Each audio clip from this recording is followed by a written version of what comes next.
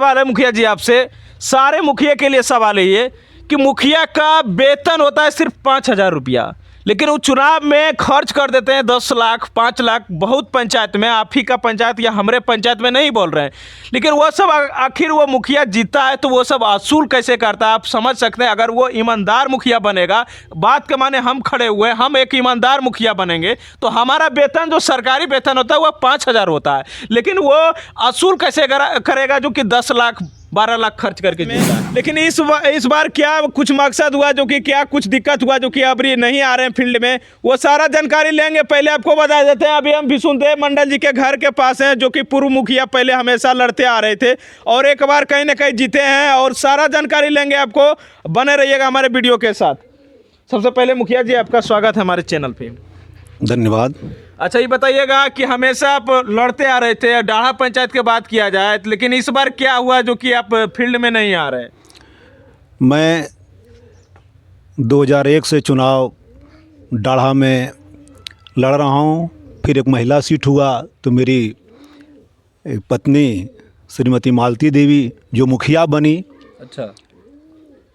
उसके बाद कोरोना काल में मुझे हार्ट प्रॉब्लम हुआ और मैं बीमार हो गया।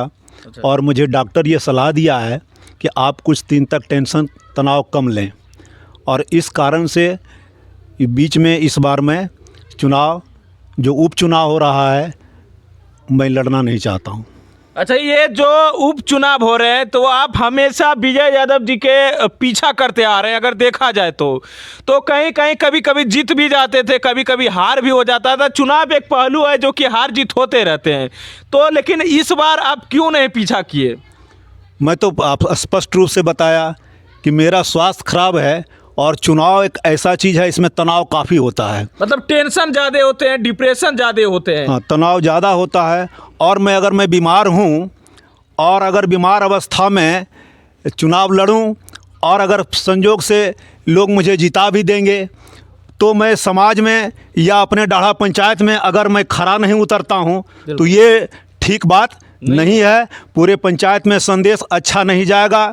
तो मैं चाहता हूँ कि लोग चुनाव में लोग आएँ और उनको दूसरे को भी मौका मिले। ऐसा क्या बात है कि मैं ही सदा लड़ता रहूं और वही लोग लड़ते रहे, दूसरा भी पीछा करे, दूसरा भी कोई पीछा करे। मैं तो ये बताना चाहता हूं कि मुझे दुख है कि मुखिया बेबी देवी बनी और संजोग से वो देहांत हो गया। तो मैं तो समझता हूं कि उनके यहाँ तो कोई कैंडिडेट भी नहीं है। अपनी माँ को जिनका उम्र 80 बरस है उनको लड़ाया जा रहा है, ये कहाँ से उचित है? मैं तो नहीं ठीक समझता हूँ इसके लिए। अरे पंचायत में बहुत से नौजवान हैं, बहुत से लोग हैं काम करने वाले, दूसरे लोगों को भी मौका मिलना चाहिए। मैं तो बहुत बार 5 बार चुनाव लड़ा हूँ, फिर दूसरे लोगों को भी मौका मिलना चाहिए। अच्छा, दूसरे लोगों को मौका मिले, इस वजह से आपने इस बार नॉमिनेशन नहीं करा? जी नहीं। अच्छा मुखिया जी, ये बताइएगा, आप तो लगातार एक बार जीते भी हैं, तो अपने राज्य में अपने कार्यकाल में क्या कुछ किए हैं पंचायत में? मैं अपने समय में सबसे पहले तो मैं जनता का दिल जीता, तो मुझे जिताया गया। मुझे मतलब मेरी वाइफ, मैं खासकर मालती देवी का प्रतिनिधि के रूप में काम कर रहा था। अच्छा। तो जब हमारे पास 16 में जब मौका मिला मुखिया पद का, तो हम लोगों ने 7 निश्चय के तहत जितने काम हैं, सड़क बनवाना, जल नल करना या अन्य कामों में बिजली से संबंधित बहुत सा काम हुआ। हमारे समय में 50 ट्रांसफार्मर लगा।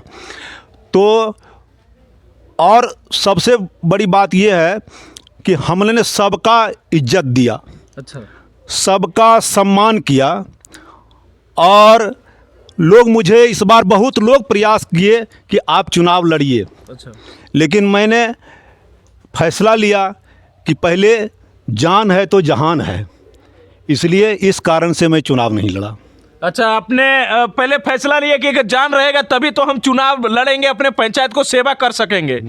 अच्छा मुखिया जी, ये बताइएगा कि अभी जो 2.5 साल बचा है, इसमें बहुत सारे कैंडिडेट मतलब कि दिख रहे होंगे आपको भी नॉमिनेशन कराए हुए। तो क्या लगता है मुखिया जी, आप भी एक मुखिया बहुत दिनों से लड़ते आ रहे हैं, तो क्या लगता है कि अपने पंचायत के लिए कौन अच्छा बेस्ट रहेगा, कौन मुखिया चुना जाए जो कि अच्छा काम कर सके? ये बात तो जनता फैसला करती है, ये मेरे बस की बात नहीं है, ये जनता की बात है।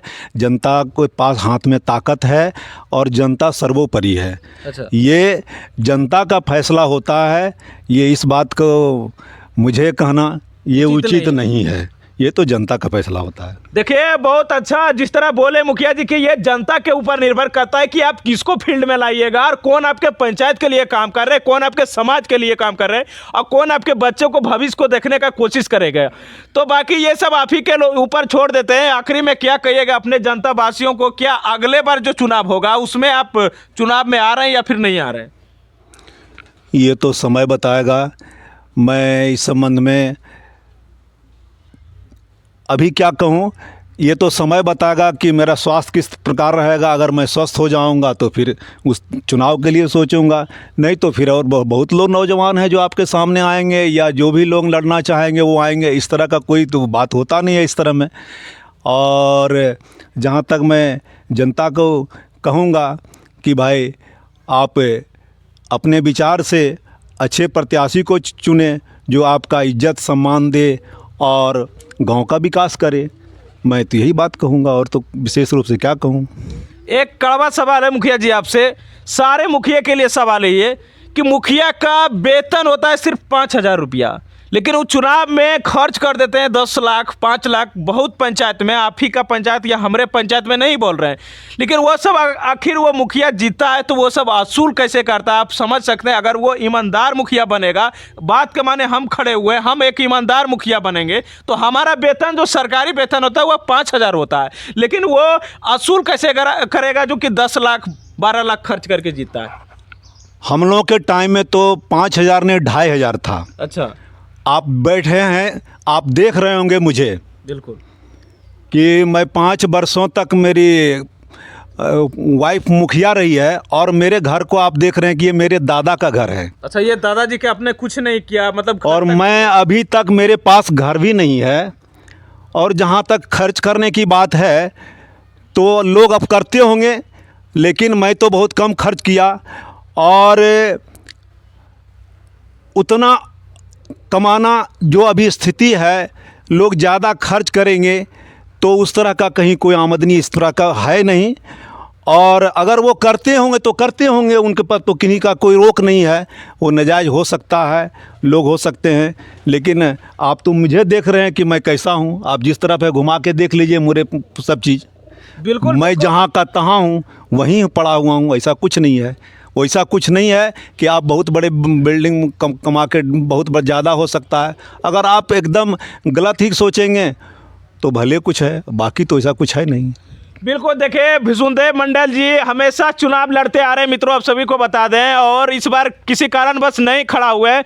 लेकिन बात यह है जो कि हम 5,000 जो 2,500 वेतन बताएं, वाकई में इनका घर अगर देखिएगा तो अभी भी खपड़ा के घर है और कहीं ना कहीं लगता है कि समाज में काम किए इस वजह से। अब जो समझ लीजिए ये तो आप ही के ऊपर निर्भर करते हैं। अगर आप पंचायत वासियों अगर पंचायत में वीडियो देखते हैं तो ये पता होगा कि भाई हमारे बच्चों के लिए कौन मुखिया बेस्ट रहेगा, हमारे बच्चों के लिए कौन मुखिया बेस्ट कर रहे हैं, हमारे पंचायत के लिए कौन कर रहे हैं, हमारे गांव देहात के लिए कौन कर रहे हैं, ये तो आप ही लोग के निर्भर करते हैं। और अभी हम भिशुनदेव जी के घर के जस्ट सामने आपको लेके आ रही हो, जो घर देख रहे हैं ये भिशुनदेव मंडल जी का घर है, जो कि मुखिया इनकी वाइफ रही थी, क्या नाम, मालती देवी जी वो मुखिया रही थी और 5 साल मुखिया रही थी और हमेशा लड़ते आ रहे हैं, पीछा करते आ रहे हैं।